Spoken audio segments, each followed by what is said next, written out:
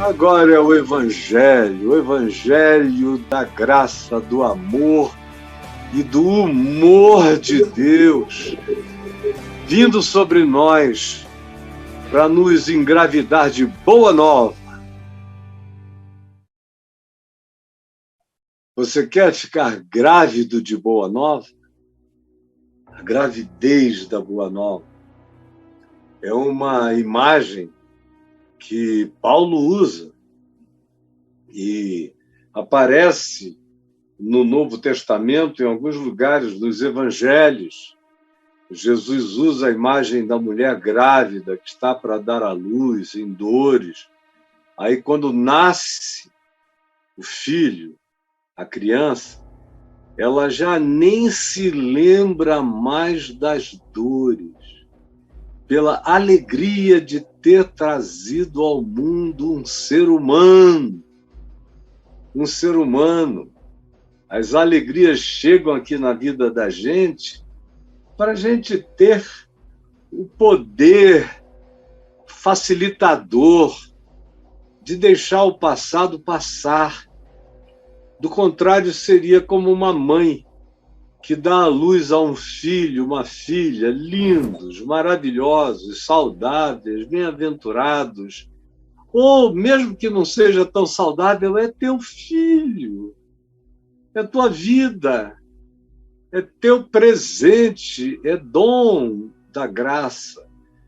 E, ao invés de você se alegrar, se regozijar, você decidisse passar os primeiros meses gemendo, reclamando, chateada, porque teve que fazer uma cesárea, ou teve que fazer um corte para abrir a passagem, porque vai ter que fazer uma cirurgia reparativa, de tal modo que você está tão mal-humorada que nem olha a criança, que nem vai vê-la, que fica até com raiva, que diz, só me traga essa criança daqui a um ano. Quando eu já tiver feito todas as reparações, não senti mais nada, porque eu fiquei com raiva do que ela criou em mim. É mais ou menos o que as pessoas fazem todos os dias com a Boa Nova, com o Evangelho. E tem essa desculpa de que o Evangelho é para a salvação da alma. E que a alma que o Evangelho salva é só aquela alma que aparece depois que a gente morre no corpo. De modo que o Evangelho, para quase todo mundo, não é para hoje. É por isso que Karl Marx disse que a religião era o ópio do povo, porque o Evangelho do cristianismo que ele conheceu era o ópio do povo, era aquele anestésico dizendo, aguenta a braba aqui, segura a onda, o rei é ruim, é perverso, é maligno, não tem empatia, não é solidário, não tem amor pela justiça, não liga para o destino da tua vida, só pensa no umbigo dele, não está nem aí para coisa alguma. Mas espere, porque logo, logo você vai morrer e aí você vai encontrar o rei bom. Depois dessa vida, você vai encontrar o rei bom. Aqui, se conforme com o miserê desgraçado dos reis, dos papas, dos bispos. Foi isso que se disse durante toda a história do cristianismo, e a teologia reforçou, e os intérpretes da religião. Então, era impossível que uma pessoa inteligente que olhasse para a história de maneira crítica, como Marx, não olhasse para aquilo e não viesse a dizer que o anestésico, que o ópio, que o elemento de poder anestesiador para diminuir a dor e ajudar as pessoas a suportarem a violência do rei, dos príncipes, das autoridades, da injustiça, da maldade, da ignorância, de tudo isso, o Evangelho servia só para dar esse olhar para diante e dizer: um dia isso vai passar, deixa eu aguentar, deixa eu segurar. Mas o Evangelho, durante muito, muito tempo, foi apenas morfina para a gente aguentar esse estado terminal que não termina nunca, até a morte chegar, e você aí com a boca cheia de dentes, esperando a morte chegar. Aí quem quer que tenha dito isso é o ópio do povo, tá certo. Porque foi assim que as autoridades se mantiveram e se mantêm no poder em muitos lugares até o dia de hoje, apelando para causas que são verdadeiros subterfúgios marginais ao que é importante. É em nome disso que vão enrolando você e você prossegue. No entanto, o Evangelho, claro que ele é também para a eternidade. Mas a vida eterna que o Evangelho promete não é para depois da morte. Guarde bem isso. É simples, é básico. Qualquer um que tenha tido o mínimo de instrução no Novo Testamento sabe o que eu estou dizendo e sabe como é básico, é beabá. O Evangelho de Jesus é também para a eternidade, mas ele não se prende à eternidade. O Evangelho de Jesus começa aqui, no espaço-tempo. Começa aqui, em mim, em você. Eu não sei quanto tempo mais falta para eu ir, mas eu não estou com pressa. Porque para mim, viver é Cristo. E morrer é lucro.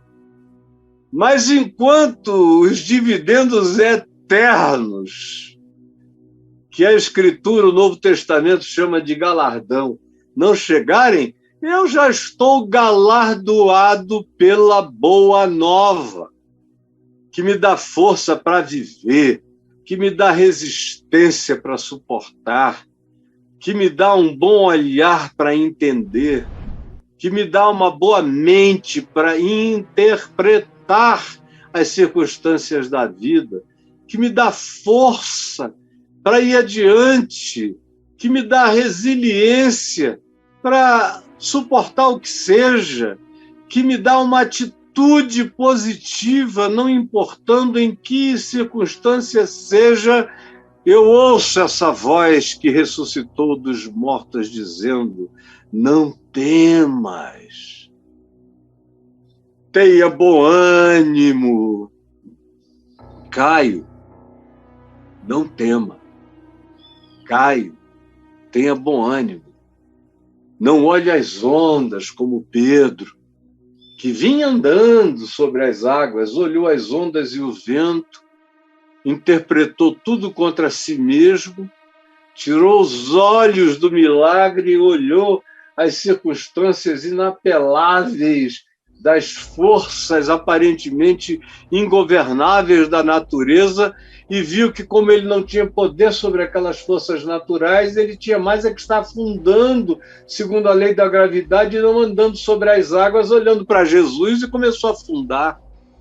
Aí Jesus disse: homem de pequena fé, por que tu duvidaste? Por que tu duvidaste? E, tomando-o pela mão, o ergueu e o levou para o barco. Agora, tem gente que fica até zangada. Hoje em dia, eu tenho sofrido muito isso nos últimos 10 anos. De gente que acha que eu não tenho nervos, que eu sou um cara insensível, que eu me cauterizei, que eu virei um casca grossa que não sente nada, que pode jogar tudo em cima de mim, que eu não tenho sensações, sentimentos, odores, coisa nenhuma, porque eu não ando me queixando de crise de fé e, pela graça de Deus, eu não a tenho mesmo. Eu sei, não é só Paulo que podia dizer isso não. Eu posso e eu digo, eu sei em quem eu tenho crido. Eu sei que ele é poderoso para guardar a minha vida e guardar o que está sendo entesourado para mim nos céus, nas dimensões superiores em Cristo Jesus. Eu sei que nada pode me separar do amor de Deus que está em Cristo Jesus. Nem coisas da presente geração, nem da futura, nem de dimensões outras, nem qualquer criatura universal. Nada pode. Nem vida, nem morte, nem anjo atrevido, nem demônio, nem diabo, nem arcanjo, nem ninguém pode me afastar disso. Eu sei que quando essa presente existência passar, eu tenho um tabernáculo erigido não por mãos humanas, não pelo DNA do meu pai, da minha mãe ou da minha ancestralidade, mas é um corpo glorificado, um tabernáculo de glória, feito pelo arquiteto eterno, mesmo que disse, na casa do meu pai há muitas moradas. Eu sei, isso não é uma aposta, eu não estou jogando dados, não é um cassino, não é estatística. Eu sei que os sofrimentos do tempo presente não são para serem comparados com o peso de glória. O peso de glória que há de ser manifesto em mim. Eu sei que esse homem exterior, esse carinha aqui, que já foi um jovenzinho, hoje eu estava vendo umas fotos minhas, com 18 anos, 19 anos, quando casei, com 20 anos, quando fui ordenado, com 21, quando nasceu o meu primeiro filho. Fotos antigas, eu fiquei tomando café da manhã e até me emocionando. E vi fotos de todos, fotos da minha caçulinha, da Juliana, pequenininha, dentro de um balde, tomando banho, na garagem da casa do meu pai, lá em Manaus. Meu filho Luquinhas, desde pequenininho, e uma foto dele que me emocionou, ele segurando a Helena, a sobrinha, primeira, olhando para aquela lourinha assim. E esses anos todos, eu sei que ainda que esse homem exterior se corrompa, e ele se corrompe, olha só para mim agora. Eu estou aí no caminho do enquirquilhamento, mas o homem interior, eu sei, está melhor do que nunca. Eu vou morrer infinitamente melhor do que eu nasci. E o auge da minha vida não está atrás de mim. O auge da minha vida é hoje. Será amanhã. Todo dia será um outro auge. Até eu entrar nesse auge eterno. Eu sei. Eu sei que tem dias de dores, dias de tristeza, dias em que as emoções se levantam e tentam trazer uma tristeza depressiva. Eu sei, mas eu olho para dentro e digo: nenenzinho, vem cá, deixa eu te embalar nos braços do amor de Deus e na eternidade. Cresce, garoto! Você é um homem, você ganhou a resistência de Jesus. Lembra-te de Cristo Jesus, como Paulo disse a Timóteo. Lembra-te de Cristo Jesus ressuscitado de entre os mortos. Não esqueça isso. Esse é o poder da vida. Lembra-te. Eu sei tudo que é necessário para enfrentar qualquer um.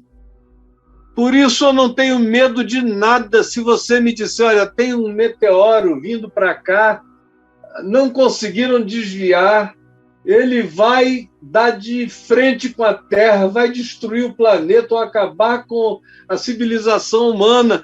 O que você vai fazer? Eu digo, eu vou ficar num lugar para eu observar melhor a chegada.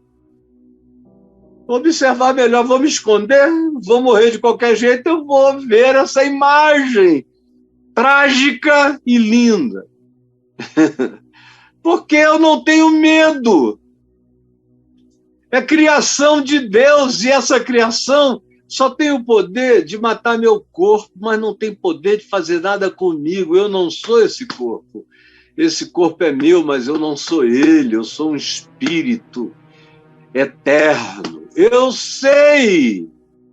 Agora, o que é que isso causa na gente?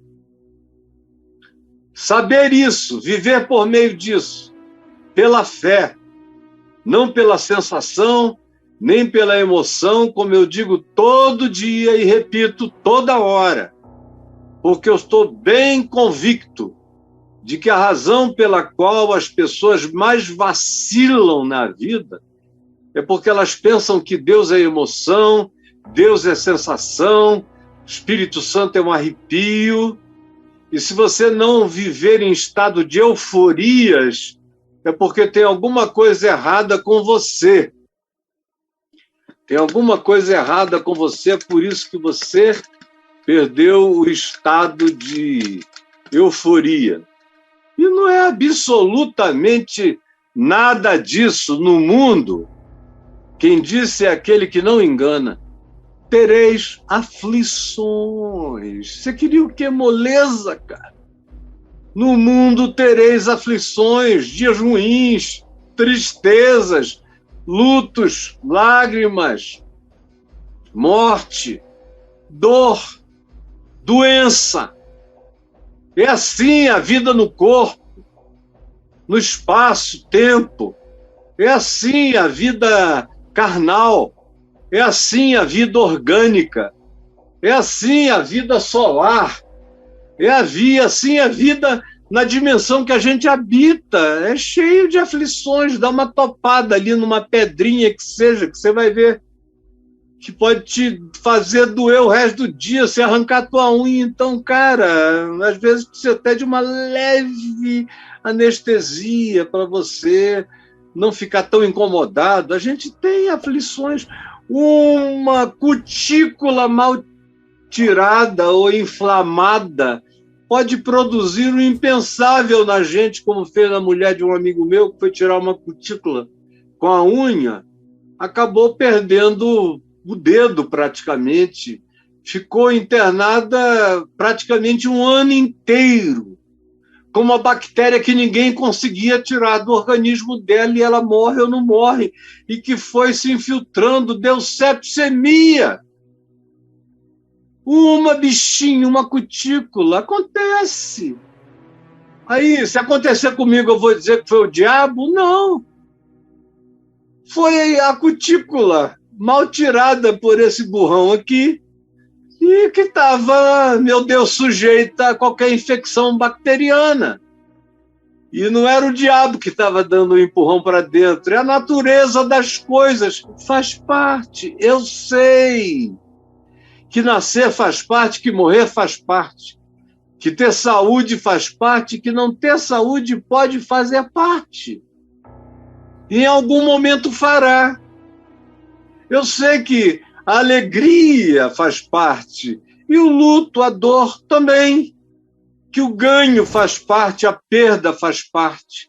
Tereis aflições, mas tem de bom ânimo, bom ânimo. Quem disse isso é aquele que provou que o que ele dizia podia ser seguido, porque ele teve tamanho bom ânimo que foi à cruz e morreu.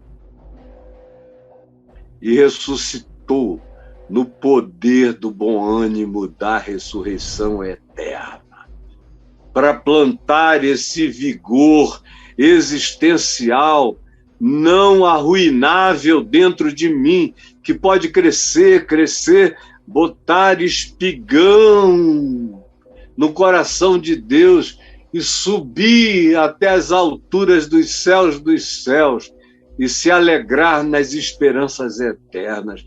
Essa é a boa nova. Esse é o Evangelho. E ele tem que começar hoje. Essa vida eterna é para começar agora, no governo Bolsonaro. É para começar agora, lá na ameaça de guerra entre Rússia e Ucrânia.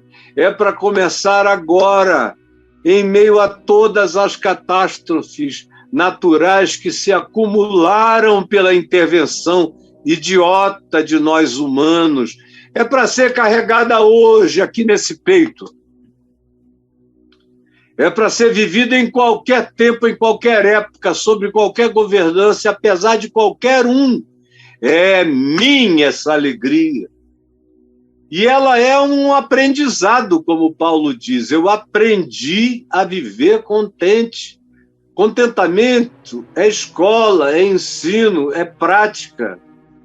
E é a prática que junta a consciência que o Evangelho dá, e eu acabei de dar uma síntese para você, de toda essa positividade que quem tem não precisa de coach querendo estimular você a reprogramar o seu DNA com um monte de mentiras e falácias. Não, quem tem essa fé, cara, olha para mim. Quem é meu coach? Eu sou coach de todo mundo.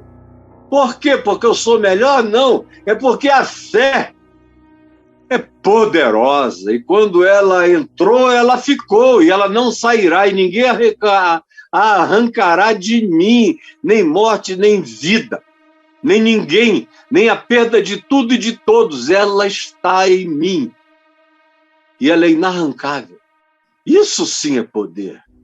Isso é tesouro, isso é prosperidade, isso é riqueza, isso é força, isso é coragem. Essa é a verdadeira arte marcial. É a única que enfrenta demônios, principados, potestades, poderes e dá mata-leão na morte, entendeu? É a única força, é o único poder. Tem de bom ânimo, eu venci o mundo. Eu venci. Eu venci. Então olha para mim, aprende comigo, anda nos meus passos.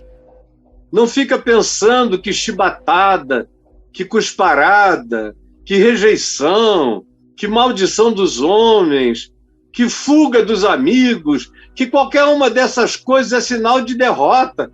É derrota de quem fugiu, é derrota de quem ficou mal, é derrota de quem se covardou, é derrota de quem pratica covardia, mas não é derrota sua. A sua derrota é quando você desiste de crer, é quando você desiste de se pôr em pé e prosseguir. Aí você está derrotado. Mas quando você aprende a se gloriar nas tribulações, sabendo que você só tem a ganhar, só tem a crescer, só tem a se enriquecer com as riquezas que não são roubáveis. Aí, minha gente, fica covardia, desculpe eu dizer, mas fica assim. Aí eu olho as filosofias, acho bonitinhas, estudo todas elas.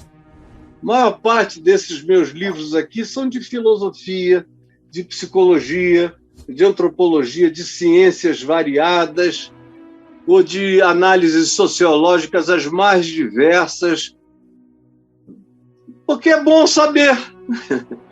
Mas nenhuma delas agregou uma única unha, uma única taxinha para pregar minha vida no lugar. Não, ela foi toda fixada e transfixada pela força da ressurreição, que me pregou no céu e me fez assentar nos lugares celestiais em Cristo Jesus, já hoje. Como Jesus disse, aquele que crê em mim não entra em juízo, nem sabe o que é isso. As escatologias acabaram para ele.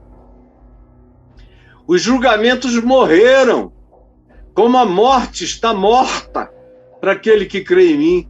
Ele já passou da morte para a vida. Embora ainda habite um corpo mortal, ele não é o corpo mortal, e ele creu, passou da morte para a vida, em Cristo Jesus. É um ser não roubável por ninguém. Pode ser todo roubado materialmente, mas continuará sem perder nada. Será que é tão difícil crer nisso? Mas por que eu estou dizendo isso como introdução? Nosso tema hoje aqui, que o Braulio vai colocar para você agora mesmo, tem a ver com humor. A importância do humor na vida humana. E eu não conheço nada, nem aqui, nem no Oriente, nem em lugar nenhum da Terra, nem entre os gregos antigos, nem entre os egípcios antigos, nem entre quaisquer das grandes culturas e civilizações passadas. Tudo era esperança só. Quem estava na melhor situação tinha esperança, quem sabe. Mas em Jesus, usar a palavra esperança, que é usada no Novo Testamento, ela é usada como uma fé que está engravidada de alegria. Esperança, no Novo Testamento, é a gravidez da alegria eterna. Guarde e anote. Esperança, nos evangelhos, significa a gravidez da alegria eterna. Quando eu digo a você que eu vivo com esperança, eu estou dizendo que eu vivo grávido da alegria eterna. Isso é esperança, não é uma especulação futura, é uma gravidez presente da eternidade. Você compreendeu? Agora, como é que a gente mantém isso? Os meus amigos comediantes, e eu tenho um monte de amigos comediantes, eu gosto de comediantes desde que eu sou menino. Quando eu era criança, o meu apelido no quintal da minha avó era Cainho Risadinho, porque eu vivia rindo de tudo, achava a vida muito engraçada. E as figuras, eu gostava de imitar os andares, imitar as pessoas, imitar as falas. Depois que eu me converti, que eu larguei isso tudo para lá, porque eu não tive mais coragem de imitar o meu próximo, com temor de magoá-lo. Mas eu não consigo perder a piada quando uns amigos meus fazem, eu assisto aqui em casa, eu rio demais com a minha mulher, que é super bem-humorada. E quando eles vêm aqui, meu Deus, a gente ri demais. Quando falamos ao telefone, mas nunca nenhum deles trouxe para o meu coração nenhuma alegria que eu precisasse. Eles me trouxeram diversão, distração, me trouxeram cócegas mentais. Agora, a alegria é um outro departamento, que não tem nada a ver com euforia, não tem nada a ver com gargalhada, não tem nada a ver com folguedo nem festejo, não tem nada a ver com coisa alguma, a não ser com esse estado de ser. Com essa felicidade que continua felicidade enquanto você chora. Dessa felicidade que não diminui porque você renuncia. Essa felicidade que não encolhe porque você se mostra humilde. Com essa felicidade que não se torna fraca porque você seja manso. Com essa felicidade que não se torna relativa porque você tenta fazer pontes entre os diferentes, entre os distantes, não altera o seu caráter. Essa é a felicidade do Evangelho, que aprende, como Paulo diz, aprendi a viver contente. Essa é a alegria, onde ele diz de novo, na mesma epístola aos Filipenses, alegrai-vos, alegrai-vos, alegrai-vos, e termina dizendo, isso a gente aprende. Olha eu aqui, nesse ninho de correntes, nessa prisão, cercado por guardas da guarda pretoriana, e eu estou contente. Frio, perrengue, fome, mas eu aprendi. Tudo é fase. A única realidade duradoura está por vir. Nesse mundo tudo passa, a dor passa e as euforias passam, mas aquele que anda pela fé não retrocede, avança e ninguém pode detê-lo. Esse aqui é o poder que mantém o humor da gente. Qual é a importância desse humor? Porque eu tenho amigos comediantes que de vez em quando me ligam aos prantos, chorando, soluçando convulsivamente.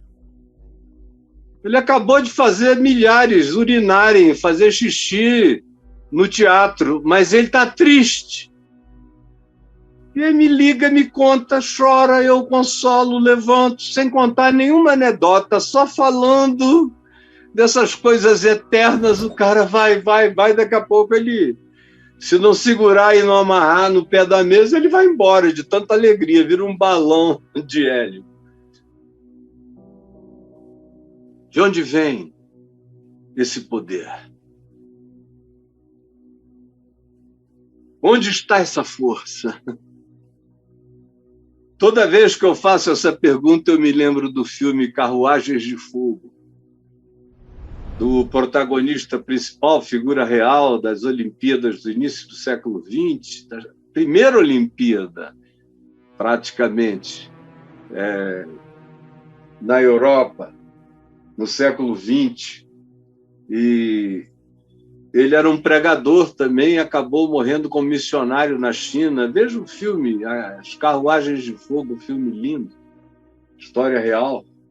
Morreu na China como missionário, mas pregando durante as Olimpíadas numa igreja, se não me engano, na Inglaterra, ele começa a mensagem com essa pergunta: e de onde vem essa força?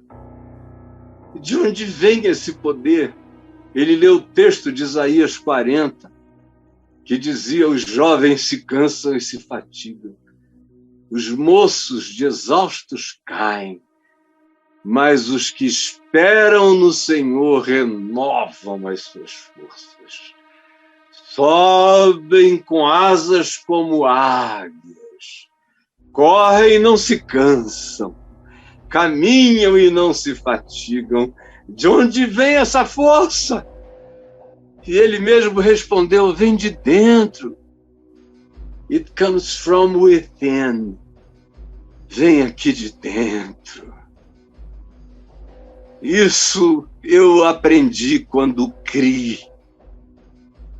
Aprendi quando vi meu pai crendo, como homem que se encheu de ódio e queria matar os que o haviam traído no golpe militar de 64, se converteu em 67, não pisou mais no chão de tanta alegria, até partir para a eternidade, no dia 14 de setembro de 2009, com a mesma alegria inalterável, passou por todos os infernos com a alegria de Deus espantando demônios nas trevas.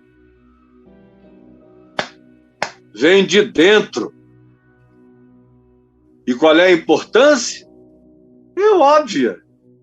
Se Platão não me dá essa alegria, nem os melhores ensinos dele, nem qualquer um dos grandes filósofos, nem Aristóteles, nem os cálculos ou as filosofias pitagóricas, ninguém, nem o melhor neurocirurgião me dá uma alegria que seja perene, que me ensine a vencer a dor, e o luto, e a angústia, e o sofrimento. Se ninguém tem isso, eu sei quem tem. E eu não sou louco, não sou bipolar, não tenho dias de profunda melancolia e períodos e fases de euforia. Não, eu vivo na mesma estabilidade, vai fazer 50 anos. por causa desse poder, desse humor que o Evangelho dá. É o humor do Evangelho, que vem quando a gente para de ter medo de viver, para de ter medo de morrer, para de ter medo da existência, para de ter medo do passado, para de ter medo do futuro. Confia e anda. Esse humor que vem da renovação do bom ânimo, esse no qual eu creio, apazigua ventos e ondas, atravessa sobre águas, rasga as ataduras da morte.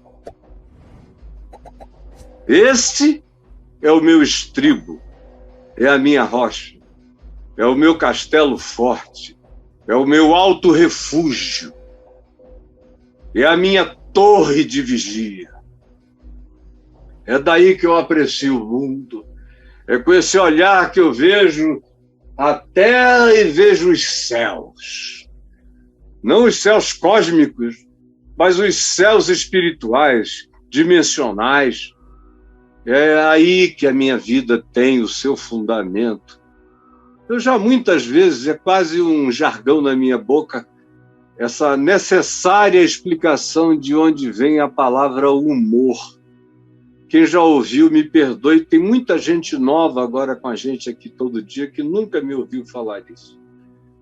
Humor vem da mesma raiz de humus, que é o que as minhocas fazem na terra, afofando, deixando todo o material orgânico delas, que é um fertilizante extraordinário, é o humus da terra. Uma terra com humus é fértil. O humor vem de humus. É a fertilidade do espírito, da alma, do ser, da mente, do pensamento. O humor vem de umidade, que em geral está presente aonde tem humus. Por isso o humus é úmido. E a umidade está presente na raiz do significado da palavra humor. Porque sem umidade, um coração ressecado, amargurado, endurecido, empedernido não terá bom humor. Pode ser o melhor piadista, cheio de anedota, pode fazer o mundo inteiro rir de se borrar. Mas não terá com a mãe, com o pai, com a mulher, com os filhos, com o marido, com os amigos, com as amigas, humor, o bastante para viver tranquilo, em paz, sem encher a cara, sem cheirar a pó, sem bacanais para distrair. Isso tudo é só morfina para o cara aguentar a dor de existir. Agora, esse humor de Deus não nasce no chão, nem é produzido por minhocas, mas por essa vida de Deus em nós, essa umidade, que às vezes é umedecida até com lágrimas. Como diz o Salmo 126, quem sai andando e chorando enquanto semeia, vai umedecer o seu caminho, por isso voltará com júbilo, com humus, com humor, trazendo os seus frutos, os seus feixes de colheita. A palavra humus designa e vem de... A palavra humor vem de humus, vem de umidade e vem de humildade. Porque humildade é aquilo que só acontece num coração que tem humus, que é fofo, que é úmido, que aceita novas sementes, que aceita novos ensinamentos, que abre o coração para aprender, para dizer: eu pensei que sabia, mas não sabia. Pensei que tinha entendido, mas não tinha entendido. Humildade É aquilo que caracteriza o humus do ser ensinável, que fica grávido de sementes eternas, de sementes de vida, de sementes de alegria, de sementes de contentamento. O humor, portanto, que sempre é associado a fazer rir, não necessariamente tem que saber fazer rir. Eu acho que eu sou um cara bem-humorado, mas eu não sou um sujeito gargalhento. Eu sou alegre, eu sou feliz, eu acho graça de muitas coisas, eu aprecio até o que as pessoas não estão achando graça, mas da personalidade, do temperamento, do modo, do jeitinho, tudo vai me alegrando, me alegrando. Eu fico vendo aqui minhas netinhas, por exemplo, falando, meu Deus, parece que estão tocando harpa na minha alma. Ontem à tarde, um dos nossos netinhos chegou aqui, já um rapaz falando grosso, borrono e tal, e eu aqui saindo humor pela boca, sem dar uma gargalhada, feliz de ver aquilo ali. De que você está tão feliz? Eu estou feliz pela existência dele, por eu ter sido parte, por ter ajudado a semear alguma coisa que produziu isso de tão lindo, desse ser humano que eu amo tanto. Quando as pessoas me contam a visitação de Deus na vida delas, ouvindo o Evangelho através de mim, que bom humor me dá, como eu fico alegre, como eu choro, como eu estou cheio de lágrimas agora, porque essa é a grande alegria do meu ser. Em geral, o meu melhor humor umedece os meus olhos, tanto quanto o meu coração me umedece. Mas eu não sou de grandes gargalhadas, eu não sei nem gargalhar muito, que eu começo logo a tossir. A melhor gargalhada da minha casa é da minha mulher e da minha neta Helena, que tem uma gargalhada que dá vontade de você sair de onde estiver para ir ver. Aquela coisa linda, aquele anjo rindo, gargalhando. A gente morre de rir de quem tem uma boa gargalhada, e a gente tem que ensinar os que têm boas gargalhadas a aprenderem também a ter bom humor. E bom humor é um estado de espírito. E agora eu quero que você leia Mateus 11, de 16 a 19, para a gente encerrar, porque aí eu já falei o bastante para você entender. Olha o que Jesus diz em Mateus 11. Ele diz, verso 16, mas a quem hei de comparar essa geração, aquele povo que estava ouvindo ele ali, a quem eu hei de comparar vocês que me ouvem? E nesse dia, ele estava falando para um monte de gente com questões acerca de João Batista e os próprios discípulos de João, trazendo uma pergunta de João, dizendo, és tu mesmo aquele que havia de vir ou devo esperar outro, devemos esperar outro? Aí Jesus diz, não, olha, vejam o que está sendo feito e digam a João que os cegos veem, os surdos ouvem, os mudos falam, os paralíticos saltam, os mortos são ressuscitados, os leprosos são purificados. Ele entenderá, ele sabe que esse é um sinal dos sinais. E bem-aventurado é todo aquele que não encontrar em mim nenhum motivo de tropeço.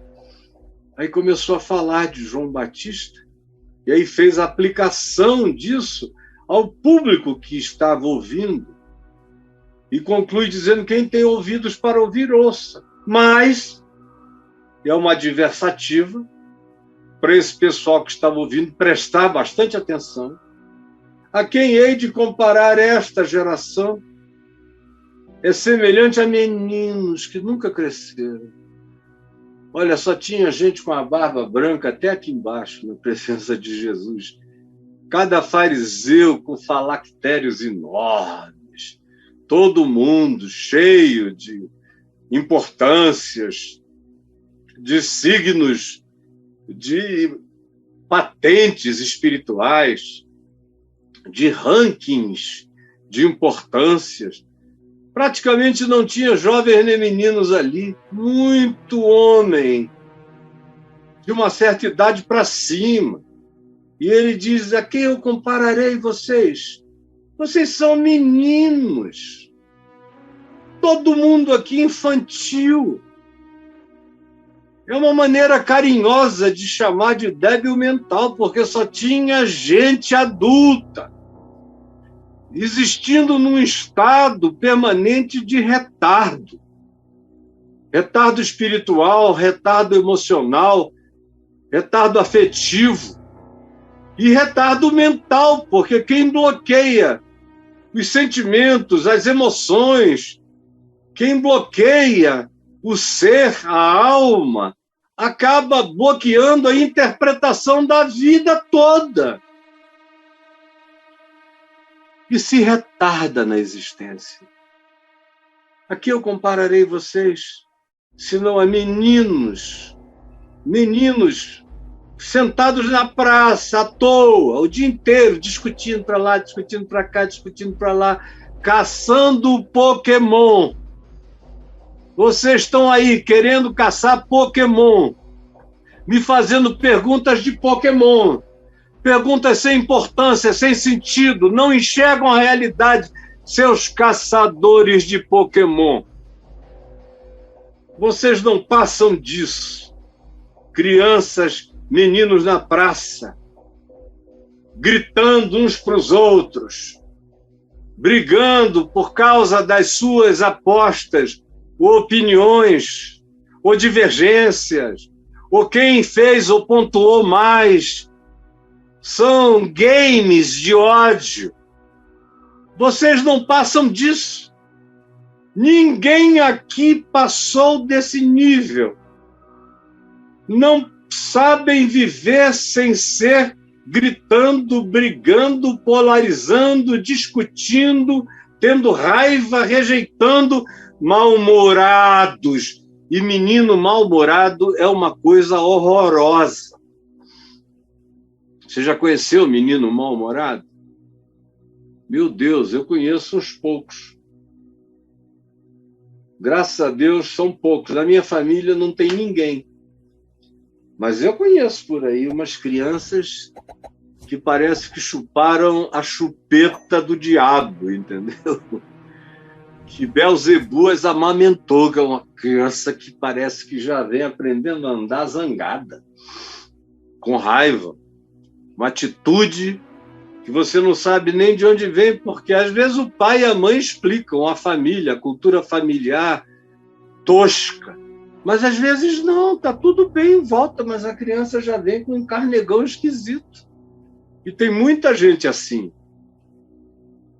Vocês são essas crianças que não chegam a nenhum acordo sobre nada.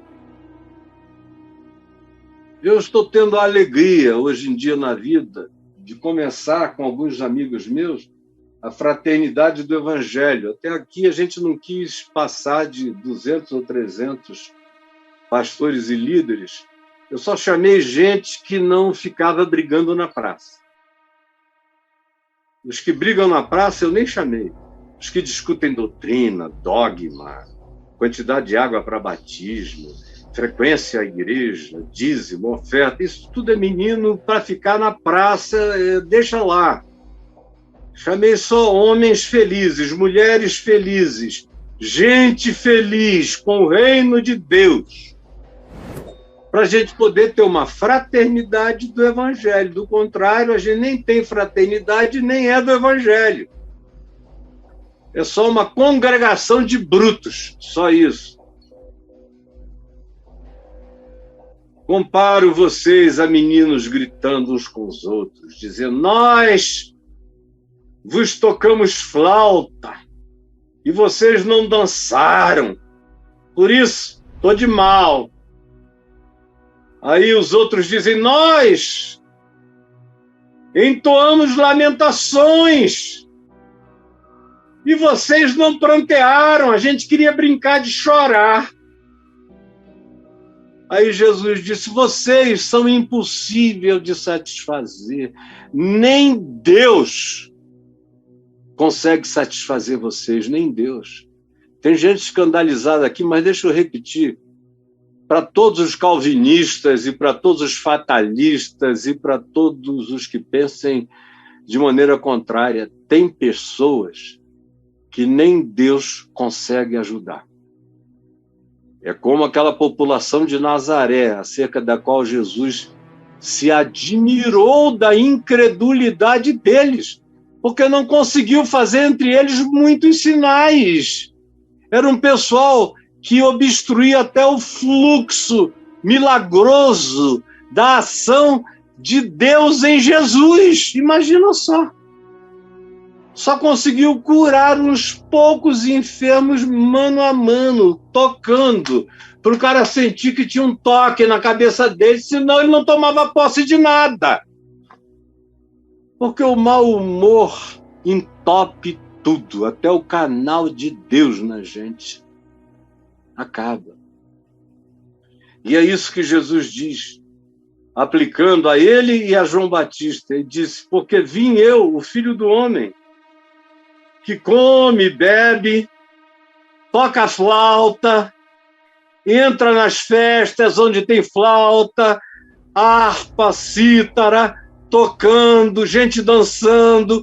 Eu vou lá, me alegro com eles, como com eles, bebo com eles, e vocês ficam aqui de fora, zangados, dizendo, olha aí, um beberrão, glutão, bebedor de vinho, amigo de publicanos e pecadores.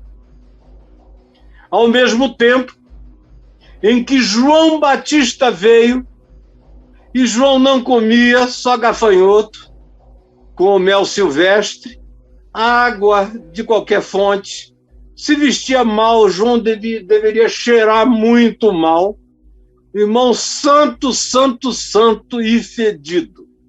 Ninguém fica vestido de pele de camelo, uma única veste, no deserto da Judéia anos e anos, tomando banho mal e porcamente, sem nenhum trato, e fica maravilhoso para se entrar na tua casa sem você dizer, meu Deus, o que foi isso que chegou aqui? Que caatinga foi essa, meu Jesus?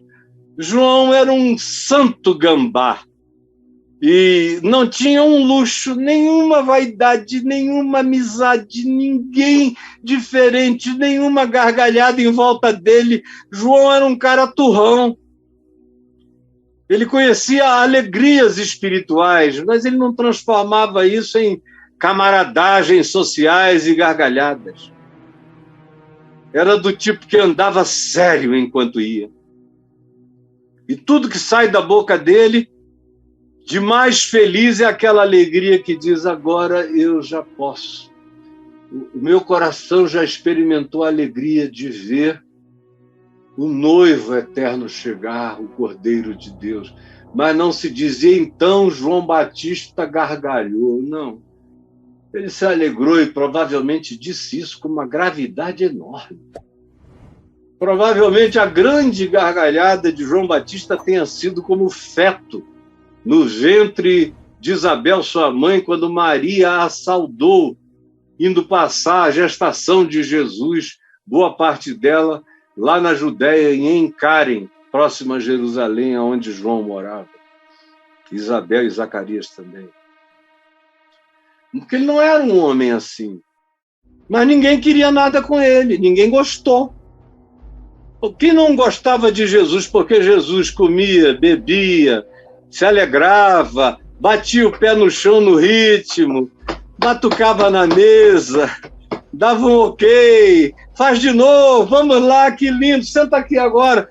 Era assim. E quem estava lá fora falando mal odiava o herege. Mas, por outro lado, João Batista tinha passado alguns anos com eles. E eles também odiavam João Batista. Aí Jesus diz, olha, com esse mau humor, cara, nem Deus pode ajudar. Nem Deus. Você veja que um cara com esse mau humor era Saulo de Tarso, que veio a ser chamado de Paulo, o apóstolo. Que mau humor! Era um mau humor que saía matando gente, torturando gente, porque o cara cria diferente. E os dogmas de Paulo eram tão violentos que ele matava por amor aos dogmas religiosos, como tem gente aqui entre nós que, se tivesse liberdade constitucional, mandaria matar para eliminar uma quantidade enorme de membros da sociedade que eles prefeririam ver no inferno ou mortos na terra. Você sabe do que eu estou falando. Nem Deus consegue encontrar um lugar para o teu coração. A não ser que faça como fez com Paulo, pule com os 2 pés uma voadora celestial de Jesus no peito de Paulo, às portas de Damasco. Aí, quem sabe, pode ser, porque teve gente que levou o mesmo trato e continuou com o coração duro e empedernido. Até a voadora de Jesus não é garantia de que o cara vai se quebrantar. Tem corações mais duros do que a gente jamais conseguiu imaginar, que não se dobram por nada. E o que é isso? É um mau humor intrínseco. Essa gente que não tem condição de se alegrar na simplicidade, no perdão, na salvação, no acolhimento, na alegria dos que não se alegravam, na atenção dos que antes não davam atenção, no interesse dos que antes não tinham interesse por nada, na aproximação dos que antes só queriam ficar distantes, mas que agora, quando eles veem essas pessoas chegando, elas não querem saber de como estão chegando, nem de onde estão vindo, elas se alegram. Esse é o humor de Deus. O humor de Deus acolhe, o amor de Deus abraça, o amor de Deus não é preconceituoso, o humor de Deus não tem seletividades que levem em consideração as categorias das moralidades, dos julgamentos ou das nossas perversidades de etiquetas pseudoéticas. O humor de Deus, porque Deus amou com esse humor eterno o mundo de tal maneira que deu seu Filho. É o humor divino. Um Deus cheio de ira não se entregaria na cruz. É o bom humor da salvação, que apesar de toda humilhação, se esvazia de si mesmo e se dá. O humor não discute com as crianças. Ele se entrega, ele ajuda, ele levanta e ele salva. Então eu quero saber como é que anda o seu humor. Porque se nem Deus consegue, se nem o Evangelho, se nem a palavra da graça de Jesus engravida você com esperança, minha querida, meu querido, a situação está feia. E o veredito de Jesus é: gente, que coisa horrível. Essa geração parece não querer experimentar a alegria de Deus na vida e no coração. Agora, quem prova a boa nova, quem sabe a boa nova, começa a se boa novizar. E a boa novização do ser implica em bom humor. Bom humor. Eu vi na minha mulher, que sofreu pra caramba, com 13 anos para 14, foi preterida pela mãe, foi preterida não explicitamente pelo pai, mas o pai preteriu a família toda, porque